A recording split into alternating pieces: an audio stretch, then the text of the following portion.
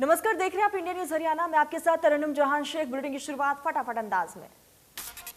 काशी में mega show के बाद आज संगठन के नेताओं के साथ बैठक करते हुए नजर आएंगे पीएम मोदी। 7वें चरण के लिए बीजेपी का प्रचार प्रसार। आज सोनभद्र, भदोही और आजमगढ़ दौरे पर रहेंगे सीएम योगी। जनसभा और रैली को करेंगे संबोधित। पूर्वांचल में अखिलेश यादव भरेंगे हुंकार। जौनपुर की मल्हनी विधानसभा में करेंगे जनसभा। सपा प्रत्याशी के पक्ष में जनता से वोट की अपील। आखिरी चरण के रन में प्रियंका गांधी जौनपुर में डोर टू डोर जनसंपर्क करेंगी। प्रियंका कई विधानसभाओं का करेंगी दौरा। संबोधित करती हुई नजर आएंगी जनता को। यूपी में आखिरी चरण के लिए आज थमेगा चुनावी शोर। शाम 6 बजे के बाद रैली और जनसभा पर रोक। 7 मार्च को 9 जिलों की 54 सीटों पर मतदान। मणिपुर विधानसभा चुनाव के दूसरे चरण में आज 6 जिलों की 22 सीटों के लिए वोटिंग जारी। इस दौरान सुरक्षा बलों की अंतर्राष्ट्रीय और अंतर्राज्यीय सीमाओं पर काफी सतर्कता बरती जा रही है। मणिपुर के थोबल, जिरीबाम, चंदेल, उखरूल, सोनीपत और तामेंगलोंग जिले में केंद्रीय अर्धसेना बलों की 300 से अधिक कंपनियों को तैनात किया गया। 4,28,968 महिलाओं सहित 8,47,400 मतदाता 1247 मतदान केंद्रों पर 52 उम्मीदवारों के चुनावी भाग्य का फैसला करेंगे। आज सीएम मनोहर लाल करनाल का दौरा करेंगे और अंत्योदय ग्राम उत्थान मेले में शिरकत करेंगे। गरुड़ा में सीएम मनोहर लाल एसडीएम कार्यालय परिसर में मेले का आयोजन करेंगे। टोहाना में कोरोना काल में बंद हुई रेलगाड़ियों का जमालपुर स्टेशन पर ठहराव शुरू हो गया है। करीब 2 साल से रेलगाड़ियों का ठहराव नहीं होने से लोगों को परेशानियों का सामना करना पड़ रहा था। रेलगाड़ियों का ठहराव शुरू होने पर जमालपुर स्टेशन पर कार्यक्रम का आयोजन किया गया, जिसमें सांसद सुनीता दुग्गल, हरियाणा सार्वजनिक उपक्रम ब्यूरो के चेयरमैन सुभाष बराला और प्रशासनिक अधिकारी भी मौजूद रहे। सुभाष बराला ने बताया कि कोरोना काल के दौरान जमालपुर स्टेशन पर रेलगाड़ियों का ठहराव बंद हो गया था, जिसके लिए सांसद सुनीता दुग्गल और उन्होंने आमजन और सहयोग से रेलवे मंत्रालय से अपील की और गाड़ियों का ठहराव होना शुरू हो गया। कीव कूच कर रही रूस की सेना अपने रास्ते में आने वाली हर रुकावट का जवाब हवाई हमलों से दे रही है। वहीं रूसी यूक्रेन में राष्ट्रपति भवन के सामने रॉकेट से हमला किया। यूक्रेन के विद्रोही क्षेत्र दोनेत्स्क में रूसी सैनिकों ने बड़ा हमला किया है। जानकारी के मुताबिक पूर्वी सैनिकों पर ड्रोन से हमला किया गया। ये हमला आइदर बटालियन की पोस्ट पर किया गया। यूक्रेन पर रूसी हमला कहर बरपा रहा है। पेंटागन की ओर से दावा किया गया है कि रूस ने 7 दिन में यूक्रेन के 500 से अधिक मिसाइलें दागी है।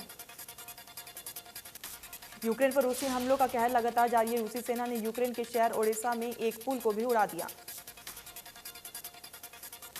जंग के बीच रूस और यूक्रेन पर बातचीत की मेज पर आ गए हैं। जंग के 10 दिन हो चुके हैं और 2 दौर की बात हो चुकी है। ऐसे में आज या कल तीसरे दौर की भी बातचीत होगी। यूक्रेनी राष्ट्रपति व्लादिमीर जेलेंस्की अमेरिकी डेमोक्रेटिक और रिपब्लिक सेनेटरों के साथ वर्चुअल मीटिंग करेंगे। जानकारी के मुताबिक बैठक आज शाम करीब 4:30 बजे होगी। यूक्रेन ने जर्मनी से भारी हथियारों की आपूर्ति की मांग की है। एजेंसी के मुताबिक टैंक, एनडब्ल्यू और लड़ाकू हेलीकॉप्टर भी शामिल है। रूसी राष्ट्रपति व्लादिमीर पुतिन ने मीडिया आउटलेट्स और सोशल मीडिया प्लेटफॉर्म पर कार्रवाई तेज कर दी। उन्होंने फेसबुक और ट्विटर के साथ साथ यूट्यूब को भी बैन किया। रूस यूक्रेन के बीच 10वें दिन भी जंग जारी। सूमी और खार्किव में अभी भी फंसे कई भारतीय। यूक्रेन से भारतीयों की वापसी की कोशिश जारी। आज 2200 से भी ज्यादा भारतीयों के वापस आने की उम्मीद। कुरुक्षेत्र के लाडवा कस्बे की मुस्कान यूक्रेन से वापस लौटी तो परिजनों में खुशी की लहर देखने को मिली। परिजनों ने ढोल नगाड़ों के साथ स्वागत किया। मुस्कान के मुताबिक खार्किव की हालत बद से बदतर होते जा रहे। 4 दिन का सफर जिंदगी का सबसे मुश्किल सफर था, जो किसी तरह से कटा है। फरीदाबाद में एक और छात्र की वतन वापसी हुई है। बल्लभगढ़ के रहने वाले आदित्य गौड़ अपने घर वापस आ चुकी। अपने बेटे को घर वापसी देख परिजनों ने राहत की सांस ली। वही वतन वापसी लौटे छात्र ने बताया कि भारतीय छात्र यूक्रेन से 4-4 दिन का सफर कर भारत आया है। छात्र ने बताया कि भारत के तिरंगे के आगे AK-47 भी बेकार हो जाती है। विधानसभा के बजट सत्र के तीसरे दिन कांग्रेस विधायक गीता भोकल ने पूछा कि राज्य में नए सरकारी नर्सिंग महाविद्यालय के निर्माण का कोई भी प्रस्ताव है या नहीं। गीता बुक्कल ने पूछा कि नए सवाल के जवाब में अनिल विज ने कहा है कि अपने 3 खोले हैं और 6 नर्सिंग कॉलेजेस को यहां पर उद्घाटन के लिए रखा गया। विज ने कहा कि हमें एक कमरे वाली नर्स नहीं चाहिए, हम चाहते हैं कि मेडिकल कॉलेज में हर जिले में खुले, नर्सिंग स्कूल खुले और उनको यहां पर इजाज़त देना चाहते हैं, हम कोई भी ऐतराज़ नहीं है। साथ ही उन्होंने अनिल विज ने बताया है कि हमने नर्सिंग पॉलिसी बनाई है, एक कमरे में नर्सिंग कॉलेज चल रहे थे जहां नर्स और टेम्परेचर चेक करने वाली कांग्रेस विधायक शमशेर गोगी ने विधानसभा में उठाया करनाल जिंदा हाईवे पर ट्रॉमा सेंटर या 100 बेड के अस्पताल का मुद्दा। सवाल का जवाब देते हुए स्वास्थ्य मंत्री अनिल विज ने कहा है कि हाईवे पर 50 बिस्तर के ट्रॉमा सेंटर का दर्जा बढ़ाकर 100 बिस्तर का प्रस्ताव विचाराधीन है, जिसमें से ट्रॉमा केयर सुविधा भी होगी। विधानसभा के बाहर अपने हलके की सड़क को 4 लेन करवाने की मांग फिरोजपुर झिरका के कांग्रेस विधायक मामन खान धरने पर बैठे। विधायक मामन खान ने कहा है कि लंबे समय से सड़क को 4 लेन करवाने की मांग की जा रही है, लेकिन मांग पर कोई भी ध्यान नहीं दिया जा रहा। राज्यपाल के अभिभाषण पर बोलते हुए इनेलो विधायक अभय सिंह चौटाला ने प्रदेश सरकार को घेरते हुए कहा कि परिवार पहचान पत्र से सरकार बुजुर्गों की पेंशन काट रही है। अभय चौटाला ने रोजगार के मुद्दे पर बीजेपी जेजेपी को घेरते हुए कहा कि सरकार में कोई भी घोटाले हुए। अभय चौटाला का ये बयान का पलटवार करते हुए जेजेपी विधायक नैना चौटाला ने कहा कि गठबंधन सरकार से सभी खुश हैं। नैना चौटाला ने कहा कि जनता के हित में सरकार बड़े फैसले ले रही है और जनता के हित में ही सरकार की सभी योजनाएं हैं। नैना चौटाला ने सदन में शेर सुनाते हुए कहा है कि एहसास ये रहा तोहमत लगाने वालों का मुझ पर उठनी उंगलियों ने दूषण को मशहूर कर दिया। यमुनानगर पहुंचे हरियाणा के उप मुख्यमंत्री दुष्यंत चौटाला ने सड़कों के नवीनीकरण में 4 प्रोजेक्ट्स का शिलान्यास किया। वही दुष्यंत चौटाला ने यमुनानगर के एक निजी होटल में उद्योगपतियों के साथ हुई एक बैठक में उनकी समस्याओं को भी जाना है और नियमानुसार उनका समाधान करने की भी बात कही। डिप्टी सीएम ने कहा है कि इस दौरान सरकार ने प्रदेश के सभी औद्योगिक इकाई में प्रदेश के युवाओं को 75% रोजगार देने का नियम बनाया है। इसे सभी सही ढंग से लागू करें ताकि प्रदेश के युवाओं को रोजगार से अधिक जोड़ा जा सके। पानीपत में रेलवे विभाग ने व्यापारियों को निमंत्रण देकर कहा है कि एक्सप्रेस गति सर्विस का इस्तेमाल के जिससे लागत भी कम होगी और समस्या भी बचेगा। रेलवे विभाग ने इस ऑफर से व्यापारियों में खुशी की लहर है। रेलवे विभाग की टीम ने इस कदम में पॉल्यूशन कंट्रोल करने का भी भरोसा दिलाया है। वही इससे ट्रांसपोर्टरों को भी झटका लग सकता है। फतेहाबाद में रोडवेज कर्मचारियों ने अपनी मांगों को लेकर बस स्टैंड पर धरना प्रदर्शन किया। रोडवेज कर्मचारियों ने बताया कि पूरे प्रदेश में डिपो स्तर पर धरना दिया जा रहा है। कुरुक्षेत्र में नए अड्डे पर प्रदेश सरकार की वादाखिलाफी के विरोध में रोडवेज कर्मचारियों ने सांकेतिक प्रदर्शन किया। कर्मचारियों ने प्रदेश सरकार से मांग की है कि परिवहन विभाग का निजीकरण न करे। कर्मचारियों की 2 टूक सरकार नहीं मानी तो आने वाले समय में धरना और भी तेज किया जाएगा। चरखी दादरी में हरियाणा रोडवेज के कर्मचारी फिर से हड़ताल पर जा सकते हैं। रोडवेज कर्मचारी साझा मार्च के आह्वान पर कर्मचारियों ने वर्कशॉप परिसर में 2 घंटे का रोष प्रदर्शन भी किया। सोनीपत के मिल्टन फैक्ट्री में सैकड़ों श्रमिकों ने फैक्ट्री प्रबंधन द्वारा बाहर का रास्ता दिखा दिया गया है। पिछले कई महीने से फैक्ट्री के गेट पर धरना दे रहे हैं श्रमिकों का आरोप है कि बिना किसी नोटिस और फैक्ट्री में बिना घाटे की श्रमिकों को निकाल दिया गया है, जिससे श्रमिकों के सामने अब भुखमरी की नौबत आ चुकी है। आलम यह कि कर्मचारियों के पास अब दाह संस्कार तक की पैसे नहीं है। वही बच्चों की पढ़ाई भी ठप हो चुकी है। राजनेताओं से लेकर प्रशासन तक फैक्ट्री प्रबंध की शिकायतें की जा चुकी है, लेकिन अभी तक कोई भी समाधान नहीं हो सका। करनाल में अंतर्राष्ट्रीय महिला दिवस के उपलक्ष्य पर मंगल सेन ऑडिटोरियम में महिलाओं के लिए राष्ट्रीय संसद कार्यक्रम का आयोजन किया गया।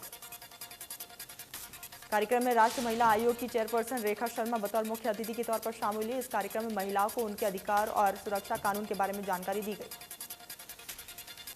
सोनीपत में आंगनबाड़ी वर्करों ने प्रोटेस्ट किया है और कल चंडीगढ़ में विधानसभा का घेराव करने के लिए ऐलान भी किया है। आंगनबाड़ी वर्करों के बीच में रोके जाने को लेकर सरकार की निंदा की।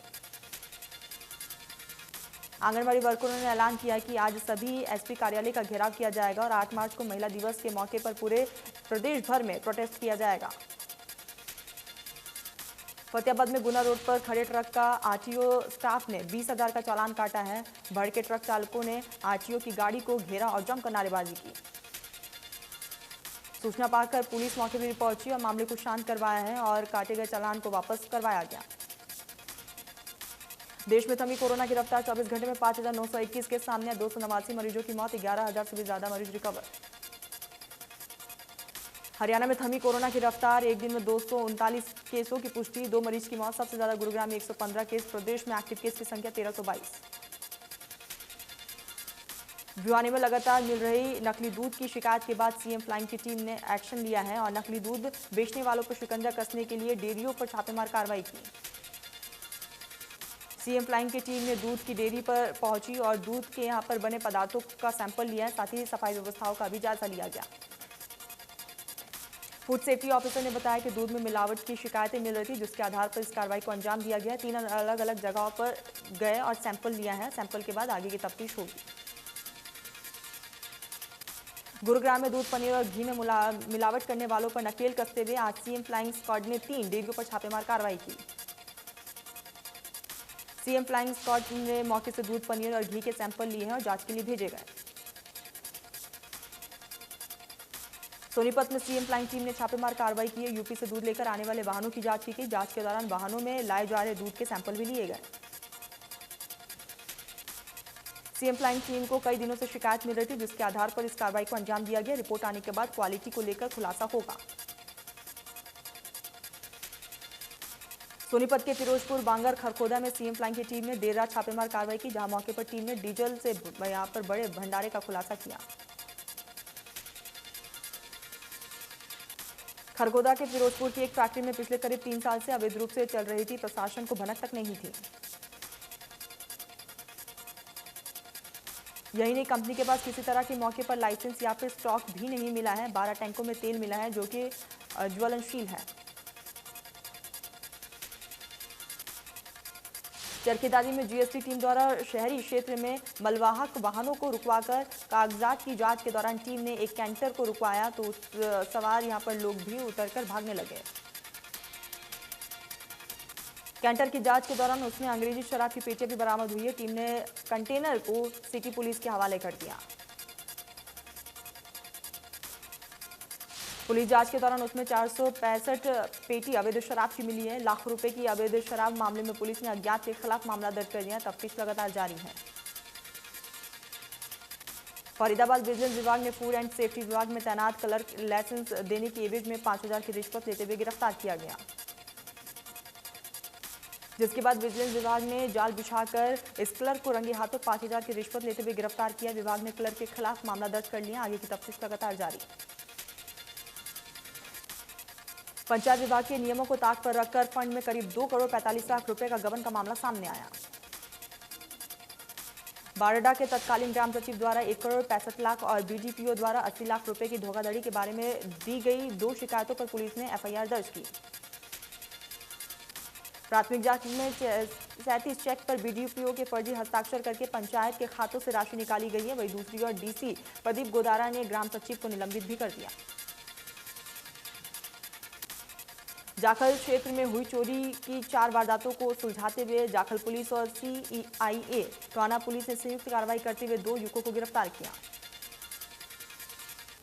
पुलिस ने इनके कब्जे से वारदात में इस्तेमाल की गई कार को भी बरामद की है। डीएसपी बिरम सिंह ने बताया है कि दोनों को कल अदालत में पेश कर अन्य मामलों में पूछताछ और सामान की बरामदगी भी की जाएगी। पंचकुला के मोरनी क्षेत्र में जोली गांव में एक दुकान में आग लगने से फंसे बच्चों को बचाते हुए पंचकुला पुलिस का होमगार्ड जवान पूरी तरह से झुलस गया। होमगार्ड पुलिस के जवान ने बताया है कि उसने 2 बच्चों को आग से सुरक्षित बाहर निकाल लिया, लेकिन पेट्रोल के कारण वे बुरी तरह से झुलस गया। फिलहाल जवान का अस्पताल में इलाज जारी है। गोहाना में बेंच पर बैठने को लेकर 2 छात्रों के झगड़े में एक छात्र ने अपने दूसरे साथी छात्रों को चाकू मार दिया। घटना को अंजाम देने के बाद आरोपी मौके से फरार हो गया। सोनीपत के श्रीकुंज कॉलोनी किसी ने नवजात को फेंक दिया है, जिससे कुत्ते ने नोच कर खा लिया है। सूचना मिलती पुलिस की टीम मौके पर पहुंची, शव को अपने कब्जे में लेकर आगे की तफ्तीश शुरू की। पहले पति की गला दबाकर हत्या करने और अपने प्रेमी के साथ घर बसाने वाली महिला की उसी के दूसरे पति ने गला दबाकर हत्या कर दिया है।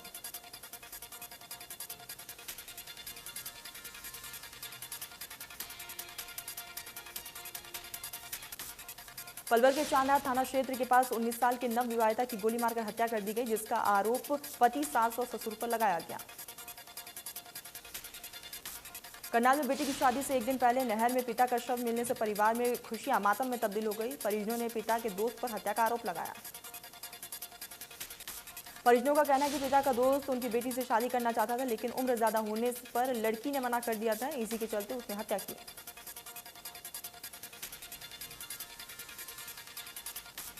पानीपत की EHC ने सेक्टर 6 के पीछे रेलवे पटरियों पर एक ट्रेन के आगे कूदकर अपनी जीवन लीला समाप्त कर दिया। आत्महत्या के कारणों का अभी तक खुलासा नहीं हो पाया। पुलिस तफ्तीश में जुटी है। फतेहाबाद के गांव हमजापुर के पास पुलिस ने गाड़ी ने यहां पर मोटरसाइकिल रेहड़ी को टक्कर मार दी है। हादसे में एक की मौत हो गई है, 4 जख्मी हैं, इलाज जारी।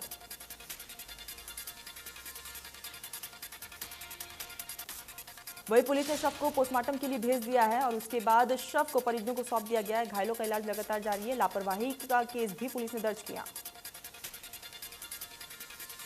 गुरुग्राम के सेक्टर 31 में वेडिंग बालीज वाटिका में आग लग गई है। सूचना मिलते ही दमकल की टीम मौके पर पहुंची। कड़ी मशक्कत के बाद आग पर काबू पाया गया।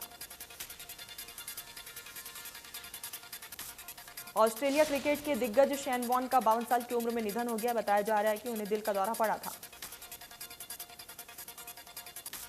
महान स्पिनर शेन वॉर्न ने 1993 के एशेज के दौरान मैनचेस्टर के ओल्ड डेफिड टेस्ट में इंग्लैंड के माइक गेटिंग को जिस गेंद पर बोल्ड किया था, उसे क्रिकेट इतिहास की सर्वश्रेष्ठ गेंद कही जाती है।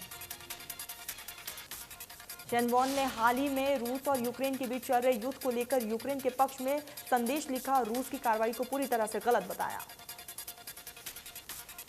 बॉलीवुड एक्टर अजय देवगन की series Rudra the edge of darkness Disney+ Hotstar पर रिलीज हो चुकी है और ऐसे में क्राइम थ्रिलर सीरीज रुद्रा में अजय ने DCP का किरदार निभाया।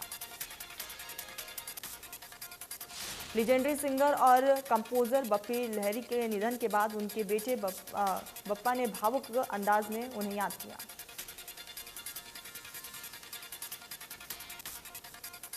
अरुणोदय सिंह स्टारर सीरीज अपहरण के सीजन 2 का ट्रेलर रिलीज हो चुका है। मेकर्स ने खुद इसका ट्रेलर अपने सोशल मीडिया पर पोस्ट करके शेयर किया।